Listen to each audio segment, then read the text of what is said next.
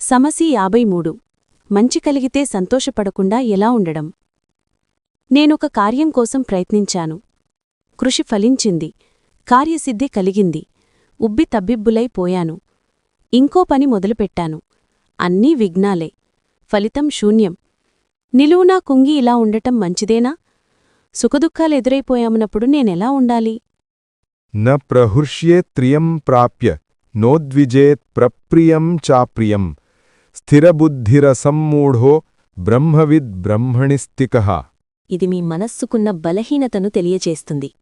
ఇష్టసిద్ధి కలిగినప్పుడు ఉప్పి తబ్బిబ్బులు కాకూడదు. ఇష్టం సిద్ధించినప్పుడు నీరు కారిపోకూడదు.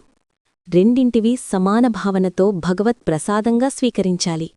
స్థిరబుద్ధితో, వివేకంతో, నిష్కామ కర్మయోగంతో ఉండే బ్రహ్మజ్ఞాని ఎల్లప్పుడూ పరబ్రహ్మస్థితిలోనే ఉంటాడు.